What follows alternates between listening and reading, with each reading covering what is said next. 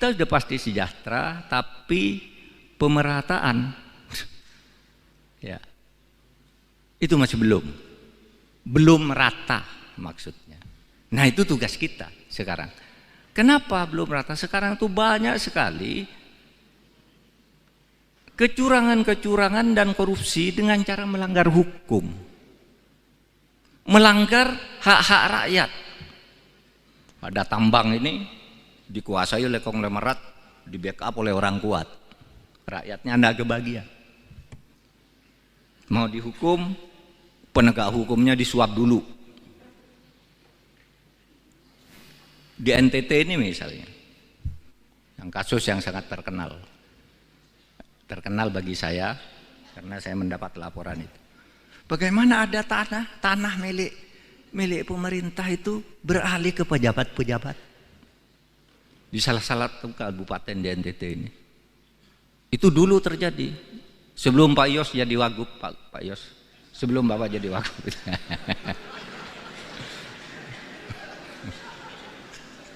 Jangan bertanya, Pak di mana Pak, saya cari besok. Enggak usah, udah selesai. Jadi begini, tanah itu ribuan hektar milik adat diserahkan ke Pemda. Nih, Pak Bub, masyarakat adat menyerahkan ini kepada negara melalui bupati, tapi kami minta kompensasi ini. Dibayar apa gitu, lalu ada pesta adat diserahkan. Beberapa tahun kemudian tanah itu sudah beralih ke pejabat-pejabat. Kepala daerah, istrinya kepala daerah, saudaranya kepala daerah, DPRD, kejaksaan, BPN, polisi dapat dibagi. Dicuri itu tanah negara. Nah, lalu kemudian ada laporan dari masyarakat. Loh, tanah itu mana yang diserahkan oleh masyarakat ke Pemda itu? Sesudah dilihat, loh, enggak ada, tanah itu sudah terbagi ke dalam sertifikat. Ajukan ke pengadilan. Diajukan ke pengadilan. Tahu enggak? Di pengadilan itu diputus oleh hakim itu bukan korupsi. Padahal itu tanah dari rakyat untuk pemerintah. Itu bukan korupsi. Kenapa? Kata pertimbangan hakim, karena meskipun itu sudah diserahkan ke pemerintah, itu belum dicatat di buku kekayaan pemerintah daerah. Hanya belum dicatat aja sudah dianggap bisa dibagi-bagi. Sehingga oleh hakim itu dikatakan, oh itu bukan korupsi. Silakan urus keperdataannya. Berapa sertifikat? Harus diurus, digugat ke pengadilan masing-masing, Anda bisa. Pada akhirnya apa? Naik di Mahkamah Agung, dibenarkan bahwa itu harus segera dikembali, bahwa itu adalah tanah pemerintah yang belum dicatat. Oleh sebab itu segera catat. Semuanya yang dapat itu tidak secatat menjadi kekayaan negara. Nah sekarang banyak yang bingung, yang sudah terlanjur dapat dijual lagi dan seterusnya. Nah saudara, itu persoalan. Saya beri contoh itu karena saya sedang ada di NTT sekarang. Kalau saya ada di Kalimantan, ceritanya di Kalimantan.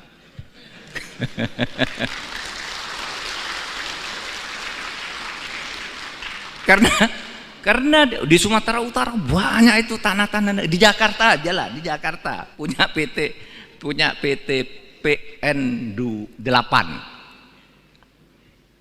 Diambil orang begitu aja dengan cara premanisme.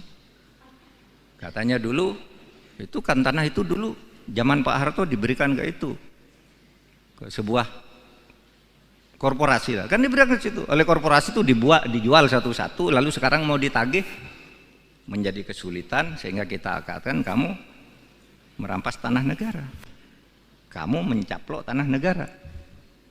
Nah, masih kita selesaikan ya bersama Pak Sugeng, rumit. Ini sudah benar salah, tapi ada lagi Pak yang punya di sebelahnya. Siapa? Jenderal ini. Waduh, gue jenderal lagi. Sudah pensiun, udah mati jenderalnya. Jangan ditanya siapa Pak jenderal, udah mati sekarang. Nanti saudara kejar-kejar saya jenderalnya siapa. Saya hanya ingin menggambarkan betapa sekarang ini pengadilan. Ya, pengadilan, saudara. Saya bilang, kemarin itu kan saya membentuk tim reformasi hukum, pencepatan reformasi hukum. Ada saja orang usil, apa itu? Pencepatan reformasi hukum, kerja aja, enggak usah pakai tim-tim gitu. Lah justru karena enggak bisa itu tadi, sudah diputus, misalnya mafia tanah, oh iya ya, tanah ini salah nih, tanah ini salah. Tapi ketika mau dibalik ke negara, siapa dulu yang buat? Cari dulu yang buat, bupatinya. Wah Pak, bupatinya udah diganti. Yang buat atau lalu bupati yang baru gimana? Berperkara dulu. Kalau bupatinya oke, Pak, BPN dulu yang buat. BPN-nya udah pindah semua. Ada, Pak, ini sertifikatnya yang asli sini. Dokumennya sudah hilang semua. Sehingga tidak bisa diselesaikan cepat. Nah, oleh sebab itu, kepada yang suka-suka ngeritik itu, mari kumpul. Ini kesulitan kami menyelesaikan. Bukan kami tidak mau. Ini kesulitannya. Kalau saya melihat ini ada korupsi, untuk menyelesaikan si anti korupsi ini harus ditangkap dulu. Sebelum ini ditangkap ini harus sudah vonis pengadilan. Sebelum ini vonis harus jelas dulu ini berlingkar-lingkar gitu. Maka saya katakan ini masalahnya, bukan kita tidak mau bekerja. Oleh sebab itu mari tolong berkumpul, saya bilang pakar-pakar berkumpul kantor saya, gimana caranya buatkan peta jalan untuk menyelesaikan ini. Kalau aturan udah cukup, aparat sudah cukup, tapi macet di macam-macam gini ini. Sehingga sekarang saudara, indeks persepsi korupsi kita itu turun dari 38 yang 38 itu jelek sebenarnya, tetapi turun lagi menjadi lebih jelek lagi menjadi 34 tahun ini. Kenapa? Karena korupsi. Di mana itu korupsi? Hasil temuan Transparansi Internasional itu korupsinya ada di DPR.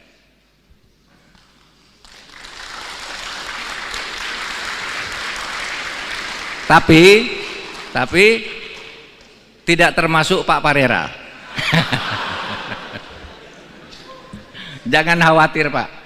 Kalau Bapak korupsi, saya tidak mau bersama-sama ke sini. Tapi karena Bapak bersih, sama-sama kita.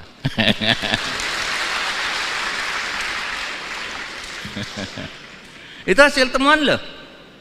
Pak Parera itu anggota DPR. Pasti baca dia hasil laporan TI ya, bahwa korupsi pertama tuh di DPR. Perdagangan, undang-undang, pembuatan undang-undang itu pakai bayar tuh menurut hasil penelitian tuh. Ya kalau ditanya satu-satu pasti tidak ada yang ngaku. Tapi itu hasil sigi internasional, di mana orang di luar negeri itu kalau berurusan, ini internasional. Wah Pak, sulit di DPR harus bayar begini, ini kasusnya gitu. Ada anggota DPR yang terlibat dalam konflik of interest. Apa konflik of interestnya itu? Dia menjadi anggota DPR lalu punya kantor pengacara, sehingga setiap dia ketemu dengan polisi, kejaksaan agung, tolong dong bantu tuh kantor pengacara itu, padahal punya dia. Saya nitip perkara, sejatinya dia itu Markus, menggelar kasus. Lah ya, lah ini hasil penelitian. Ini kok TI berani-beraninya sih neliti gitu. Saya panggil beberapa jaksa, saya panggil beberapa hakim yang teman dekat saya. Apa betul tuh anggota DPR yang itu tuh suka ngurus perkara? Oh iya Pak, pernah ke sini dia ngurus perkaranya ini. Apa bilangnya? Saya ini anggota DPR. Gimana caranya agar orang itu bebas? Terus kamu bilang apa? Saya bilang, enggak ada caranya karena dia akan tetap dihukum. Nah, itu hakim yang bagus. Kalau hakim yang tidak bagus, ya gimana Pak caranya? Bapak punya uang berapa? Nah, gitu kan. Itu hakim yang tidak bagus. Kalau hakim yang kenal saya ini bagus. Enggak ada caranya. Dia salah saya hukum. Gitu. Meskipun kamu anggota DPR, gitu. Tapi banyak yang takut ke DPR. Oh, oke Pak. Oke Pak, nanti saya bebaskan ini, tapi nanti saya tolong ya diusulkan menjadi kepala kejaksaan negeri sana. Jadi kepala kejaksaan tinggi sana. Saya dipindah dari Papua masuk ke Jakarta. Konflik of interest di DPR dalam membuat undang-undang juga. Saudara bayangkan, undang-undang sudah jadi, dipetok oleh DPR itu. Diketok oleh DPR bersama pemerintah, sudah dibacakan. Sampai ke sekretariat negara itu ada kalimat yang hilang. Sebelum dikirim itu sudah ada yang mencoret kalimatnya. Yang kemarin bikin ribut itu. Ada dulu soal pasal tembakau. Yang hilang satu ayat itu. Lalu siapa yang mencoret? Kan dari sana yang buat. Lalu sesudah diketahui orangnya, ya sudahlah jangan ribut-ribut biar rakyat tidak resah, kembalikan lagi kalimatnya, katanya, kembalikan lagi. Padahal itu sejatinya korupsi, itu DPR. Pemerintah sama Pak, korupsi lebih banyak dari DPR korupsinya pemerintah ini. Eksekutif. Saudara tahu pencucian uang. Orang yang tidak ngerti teori pencucian uang, itu Menteri Polhukam itu bohong, ada pencucian uang masa sampai 349 triliun. Ya namanya pencucian uang. Pencucian uang itu agregat. Bukan satu angka, tapi angka yang bergerak dan setiap gerakan ini jumlah. Dijumlah itu namanya pencucian uang. Pak Mahfud tuh omong kosong, pencucian uang ribut-ribut, sekarang hilang dari peredaran. Enggak. Itu munculnya kasus di Suta, Bandara Soekarno-Hatta yang sekarang ditangkap oleh kejaksaan, itu kan pencucian uang. Impor emas seharusnya bayar dokumen dari luar negeri, bayar 5% dari 49 triliun 5%, coba hitung sendiri, sampai di Jakarta menjadi 0%. Berapa kerugian negara itu? 39 miliar. Dari itu hanya satu dokumen impor. Jadi jangan dibilang pencucian uang berhenti. Nah sekarang yang kami laporkan pencucian 349 triliun itu kan 300 surat. Yang tidak bisa diselesaikan sekaligus 300 satu-satu dok. Kalau 300 selesai itu bukan proses hukum, namanya bim salah bim. Nah sekarang ini kan orang usil bilang, mana tuh Pak Mahfud yang bilang pencucian uang kok sarang sepi-sepi aja. Satu, saudara bisa baca tulisan Pak Yusuf di Harian Kompas Selasa pekan lalu. Dia menyebut benar itu ada pencucian uang 349 triliun. Siapa itu Pak Yusuf? Pak Yusuf itu adalah mantan kepala PPATK. Benar ada. Apakah ditindak? Ditindak. Sekarang ini sudah pada bergerak. KPK udah nangkap pencucian uang. Polisi juga sudah mulai meriksa. Itu karena kita bicara banyak pencucian uang. Jangan dikira itu itu kan hanya move politik aja. Enggak ada move politik. Itu fakta. Sekarang saya bicara hari ini dari TPPU, hari ini saya diperintahkan oleh Presiden tadi untuk membuat satu operasi khusus mengenai tindak pidana perdagangan orang. Paling banyak korban perdagangan orang itu di NTT. Dari bulan Januari sampai Mei, pekerja-pekerja ilegal dari NTT yang dipulangkan dalam peti-peti mayat itu 55 orang. Dari seluruh Indonesia selama 3 tahun ini, yang meninggal karena penganiayaan pencucian orang itu 1.930 orang.